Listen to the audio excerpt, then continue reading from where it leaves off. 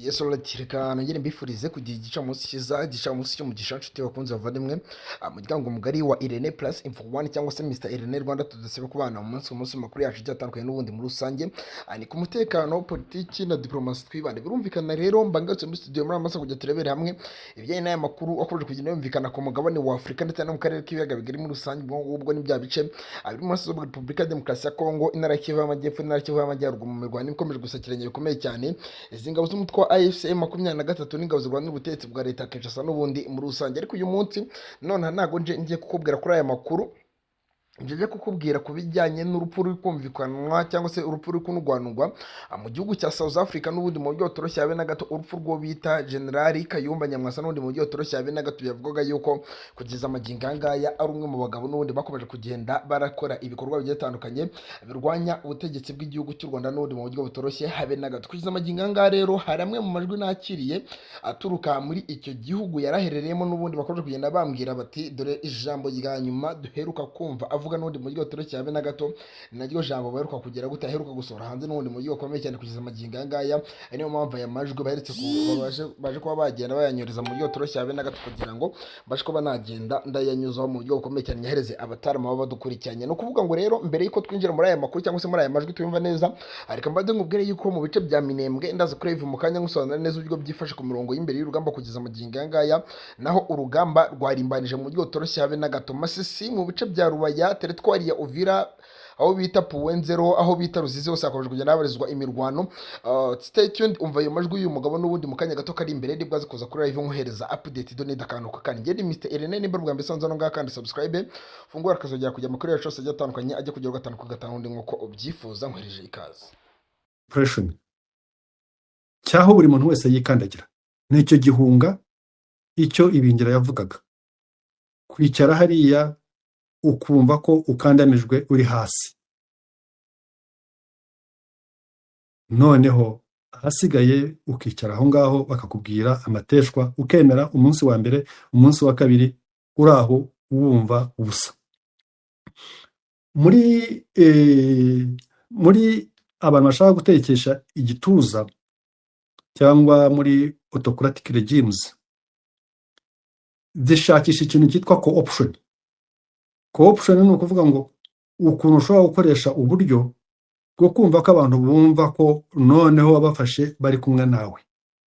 Iriya jambo rya first lady no kugaragaza icyubahiro n'igitinyiro gikabije cyane, ni ukumva ko mbese abantu bumva ko yabafashe bugwate ko ari abantu be bakaba ari co-opted. Biriya mujya mwumva ko Kagame adahari ko n'inka zitakamwa. Buriya rero niriya co-option kugira ngo abantu bose baba co-opting, kuko harimo abantu bashaje bakuze bo mu myaka yacu, harimo abantu bo mu nzego zo hagati, harimo urubyiruko, mbese igihugu cyose kumva ko kigaragara ko noneho Jeannette yakifatiye. Ariko nuko iyo nama yamaze iminsi ibiri, Kagame ntabwo yari ahari muri iyo minsi ibiri, yaje gusa aje kuvuga ijambo. Iyo minsi ibiri yakorwaga na Jeannette. Ni ukuvuga ngo iki? Kagame yari mu kiruhuko, Jeannette arimo kuyobora igihugu. Ejo nazaba atanariho, bari yakongera kabahamagara bazaza bayobore, no kugira ngo babemeze, bababwire ngo dore igihe uri atari aha ngaha, uyu ni ubuhari. Uyu ni ubuhari. Nicyo rero nicyo bashaka kugaragaza. Nizo cyane cyane optics. Icya gatatu nibire yavuga ngo ngewe ntago njya mbapeti ngo reka ngo mbabwire ngo ibyo bintu by'abana banjye, ngo bamwe bavuga ngo uzansimbura, abandi ni abasirikare, undi ni umucuruzi. Bariya bose bari hariya nabo bafite abana babo bose bo batekereza iki? Ibya bintu byavuga ngo ngewe nkora ibyo nshaka, nkavuga ibyo nshaka. Noneho ni ukuvuga ngo n'abana babo bo bakora ibyo bashaka, yenda ubwo bazavuga n'ibyo bashaka. Uwamubaza se ko abana babo barashatse kujya mu gisirikare bakaba bari muri izo ngabo, harya umuhungu wa Rwigema we ntabwo yaba yarabishatse? ngo Fred Rwigema ntiyaba yarashatse kujya muri izo ngabo, none se yarabibonye wese ntiyabishatse?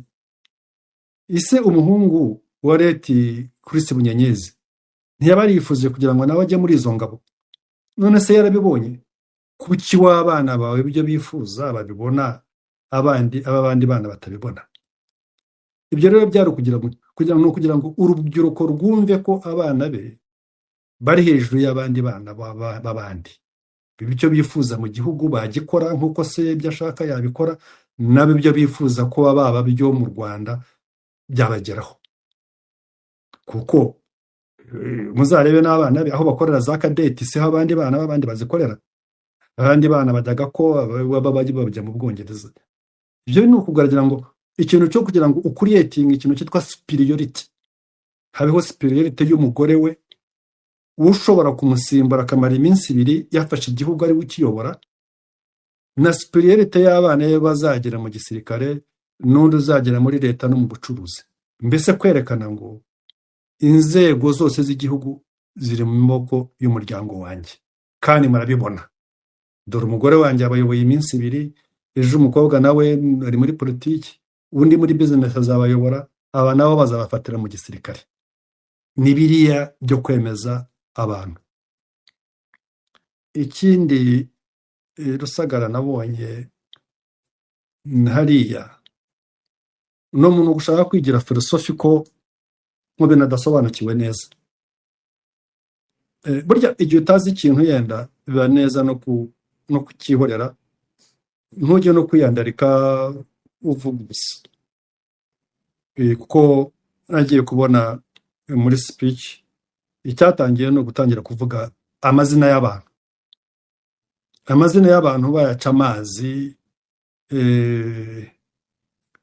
Uri umuntu ufite imyaka 60, ufite imyaka 50, iso yarakwise izina, wowe uzi impamvu yari kwisi, kuko waraganiriye n'ababyeyi bawe.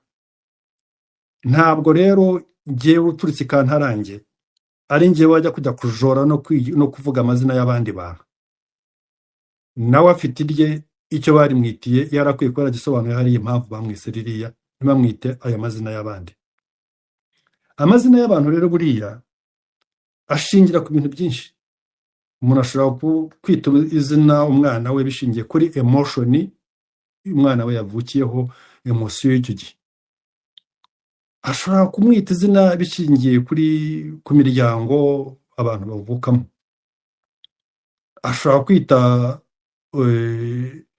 umwana izina igihe umuryango we cyangwa n'igihugu ibihe birimo. Abo twita abantambara n'ikibwo n'intambara nyine cyangwa bakabita gutyo. Ariko wowe ni waturuka hariya hanze mushaye kujya kuvuga ko umubyeyi wa runaka w'imyaka 60 agomba kuba agira ubwenge buke cyangwa intege nkeya, akita umwana we amazina runaka, maze ukaza ukajora amazina y'abantu bakuru bamwe banakuruta n'imyaka, maze asigaye abantu bagakoma amashyi. Rero cyari iki? Nibyo kugaragaza ko yasuzugura abantu akarenza kandi ntagire umusubiza, ngo bavuge bati ariko yenda izina ryanjye risobanuye iki ngiki. Abo yavugaga tingire nte unda kubika umutwe, yakahagurutsa akamubwira yes I'm proud kuba nitwa ngire nte kandi byabaye kubera impamvu iyi ni kandi ndabikunda nanabyemera. Kuko umuntu w'umugabo kujya kugenda agafata undi ashaka kumushyira hasi unda kubika umutwe, biriya ni ibintu byo kugira ngo Abanyarwanda bemere ngo ngewe mvuga ibyo nshaka, nkora ibyo nshaka, no kuza nkabajya hejuru nkabita ibyo ngewe nitekerereza. Ariko ikindi cyanantangaje ni ukuntu bagiye mu bintu by'amadini, kuba Abanyarwanda mbese bashobora guhangana, bashobora kugira gute kubera ko bishwe n'amadini. Biriya kandi ubwo yamagaye n'abanyamadini. Yenda ngewe nshobora kuba ntajya gusenga cyane, ariko yewe abantu bajya gusenga ndabemera kubera yuko baba bafite impamvu zabo. Nabayeho no muri seminari imyaka 5, igihe uvuze ibintu byo gusenga cyangwa ibintu byo kwemera, nzi aho bishingiye. Hari igihe wagiraga ukumva urabyemera. Abantu rero kiliziya cyangwa kwemera bigira icyo bifasha abantu nabyo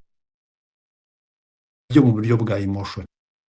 Ushobora kuvuga ngo iki umuntu ngo yarwaye cyangwa yagize ibyago akajya muri kiliziya, aho niho akura cya kintu kimufasha mu mutima we. Wowe ntiwaturuka hariya wowe utabijyamo ngo utangire kujya kubijora no kubyita ubusa.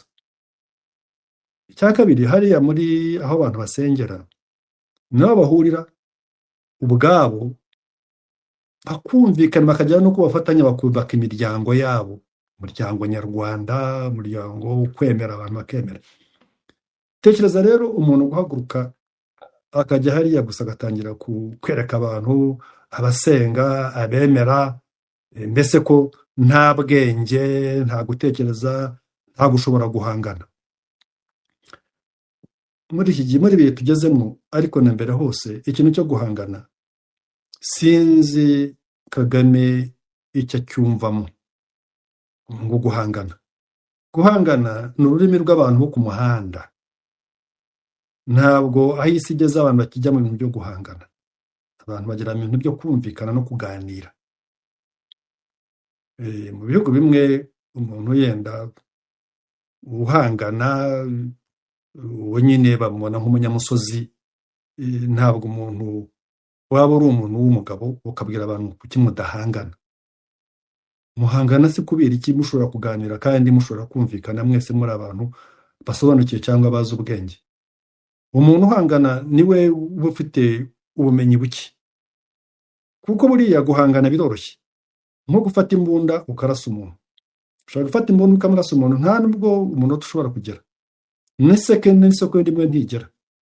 Ariko kwicarana n'umuntu kugira ngo muganire, mwumvikane yenda ku kintu mutumvikanaho, bishobora kuba bigusaba ingufu zirenze. Maze guhaguruka ngo two twahangana, ngo turahangana, buriya ni ubushobozi buke. Abantu bagira ubushobozi buke nibo bakunda guhangana. Ariko umuntu usobanukiwe, ufite ubushobozi, uzi kumva, agerageza kumva abandi bantu. Ariko rero igihe babwira ngo mugomba guhangana, ko yahanganye na Uganda, agahangana na Congo, agahangana n'u Burundi, agahangana n'Ababiligi, agahangana n'Abafaransa, ubu ibyo byose yabikuyemo iki? Uretse bariya abana b'Abanyarwanda yenda barimo kugwa muri Congo, n'abantu bagenda bamuha urw'amenyo.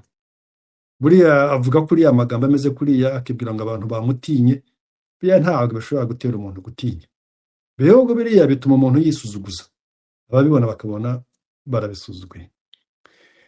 Rusagara rero yenda ntarajya mu byavuzwe byose, ibyo icya mbere ni izo optics, ariyo yenda point ya mbere. Uguraza kumbaza ibindi. Optics icya mbere cyari kugira ngo Abanyarwanda bamenye ngo dore abayobozi banyu uko bakurikirana ni gutya. Ni Perezida Kagame niwe perezida wanyu, igihe adahari umwungirije n'uyu nguyu. Nuko rero mukwiye kumufata. Aho rero niho nyakubahwa First Lady itarangiriraga. Uhagurutse wese nyakubahwa First Lady, nyakubahwa First Lady. Iminsi ibiri, ndibwira ko byari kuri weekend ahari, ubwo ufite umwana yagomba kujyana ahantu kujya gukina n'abandi bana, ubwo ntiyagiyeyo. Nyine wagomba kujya gusenga, ubwo ntiyagiyeyo. Ufite umurwayi ntiyagiye kumusura ku bitaro. Ushaka kujya gusura umuvandimwe ahantu runaka byahagaze. Wari ufite ubukwe ntiyabugiyemo kuko First Lady mbese ihamagaye abantu. Ibyo rero niba tugaragariza icyo bashaka kutugaragariza, ngo uyu niba adahari muzajye mureba uyu nguyu. Kandi nazaba adahari mbabwiye n'abandi, bamwe baraha, abandi baraha, abandi baraha, muzamenye ko ari abo ngabo. Iriya nama rero icyo yari igamije cyane ni ukwemeza Abanyarwanda, kubemeza dore abayobozi banyu naba. Urakoze Rusagara. urakoze cyane Jenerali Kayumba. Hari abanyandikiye mu gikari hano bambwira ko bifuza kumva icyo utekereza ku gisubizo n'ikibazo Kagame yabajije abategetsi batandukanye, ariko barifuza Murigande. Murigande nk'uko nari nabivuze, baravuga ko abanyandikiye bavuga ko bimaze kuba inshuro ebyiri mu mwaka w'ibihumbi bibiri, igihe Kagame yari ahagararanye na Murigande mu nteko ishinga amategeko bashakamo wa perezida wo gukomeza inzibacyuho. Kagame amaze gutorwa, Murigande yamubwiye ko agiye kuyobora abanyarwanda, ariko ko Imana izabimubaza, agomba kubayobora neza, ko igihe atazabikora neza Imana izabimubaza. Nyuma yaho Murigande ntago yigeze yongera kugaragara cyane, n'ibindi bibazo yagiye ahura nabyo abantu barabimenye. Ariko ejo bundi nanone yongeye kubona uburyo muri Unity Club, muri ya nama y'ejo bundi, Kagame amubaza igituma ibihugu bya Afurika byasigaye inyuma, ndetse harimo n'u Rwanda. Aramubwira ati ni abayobozi b'ibisambo, barya bonyine kandi bakanarya bakamaramaza ntihagire uwo basigira. Abenshi rero bumvikanye bashima Murigande, bavuga ko yabwiye Kagame ko rwose ari we yavugaga. Abandi bamwe na bamwe bakavuga ati ariko ati wenda sinako yari akwiye kubivuga. Abadukurikiye barumva bifuza kumva icyo utekereza, kuko nawe wumvise ikibazo cya Kagame kandi wumvise igisubizo cya Murigande. Wowe wabyumvise gute? Murigande turaziranye cyane. Mbere aha ngaha ibintu byanyanditseho, ariko uyu munsi ntabwo aribyo ndibivuge. N'igihe ikindi gihe nabyo zageze igihe tubiganire. Murigande turaziranye cyane cyane, ku buryo niga mu Bwongereza yigeze kugenda ibirometero hafi 250 aza kunsura muri college aho narindi, azana nayo inyuma. Murigande ni umuntu w'umukirisitu cyane, ubundi wakishaga mu kuri. Ikibazo yamubajije, Murigande yamuhaye igisubizo. Mu Cyongereza navuga ngo it was a cunning answer. Cunning ngira nko mu Kinyarwanda nabyitiranya nk'amayeri. Yamuhaye igisubizo cy'amayeri. Amubwira abayobozi b'ibisambo. Kandi Murigande ntabwo nibwira ko ashaka kuvuga abayobozi b'ibisambo b'Abanyafurika. Ngira ngo yashaka kuvuga abayobozi b'ibisambo bari bamuhagaze imbere. Uriya rero ajya kuzana ibintu bya fake pan-Africanism, aho kugira ngo abayobozi bari yahamagaye bari abanyarwanda bonyine. Yashaka kuvuga ibintu bya pan-Africanism, aba yahamagaye n'Abanya-Uganda, n'Abasudani, n'Aba-Egyptians, bakaza kuganira ikibazo cy'Abanyafurika. Ariko hariya bari bahari bari abanyarwanda. Ubwo none ikibazo cyari, ikibazo u Rwanda rufite ni ikihe? Kandi yaramubwiye ati ni abayobozi b'ibisambo barya ntibagira aho basigira. Niko bayavugaga. Inekaningi we n'abari bamuhagaze imbere, ni uwo mugore wari wamutumiye n'umugabo we. Murigande ntabwo ayobewe ko mu Rwanda buriya bije ya State House ntabwo ijya yandikwa. Ushobora kuba nibeshya. Hano hari abantu benshi kandi bamwe basobanukiwe ibintu byinshi kundusha, bagomba kuba basobanukiwe na bije yo mu Rwanda. Muzajyemwo nimubonamwo bije yo mu Rwanda aho yanditse amafaranga akorwa ajyamo muri bije y'u Rwanda, muzabinyereke, ubwo noneho nanjye nzamenya uko biteye. None urete ikintu cya cryptocurrency, ikintu cyo kwiba, wafata gute amafaranga ya leta ukayatwara ahantu atandikwa, ahandi hose yandikwa? Ukamenya none amafaranga azakora imihanda, azakora amateme, ukamenya amafaranga agomba kujya mu mashuri, agomba kujya mu ivuriro, naho amafaranga yo Kagame arya n'umuryango we ayo ntiyandikwe. Ubwo ni ubujura. Nibyo Murigande yavugaga ati abarya ntibagire icyo basigira abandi. Nuko azi neza nyine ko bo ngabo barya bakarya, noneho n'ibitaribwa kandi bakarya ibya mirenge. Muri Uganda se yarayoboye ko Kagame agira indege nke. Mu Rwanda no gutunga igare abenshi byarabananiye ntibishoboka, ariko Kagame agatunga indege nke. Ibyo nibyo muri Uganda yavugaga. Igihugu nk'u Rwanda perezida atunga indege nke gute, ku mafaranga angahe, bigenda gute? N'uwo yavugaga. Ikindi, Uganda ntabwo ayobewe impfu z'abanyarwanda z'abana barimo kugwa muri Kongo. None se bagwa muri Kongo bagiye gukora iki, bagiye gushaka iki? Mu Uganda se nibo yayoboye ko aba FDLR, abo bita FDLR 90% baba mu Rwanda. Abazi ko ayoboye ko u Rwanda barurega buri mwaka umusubirizo bavuga ko biba mu biyaga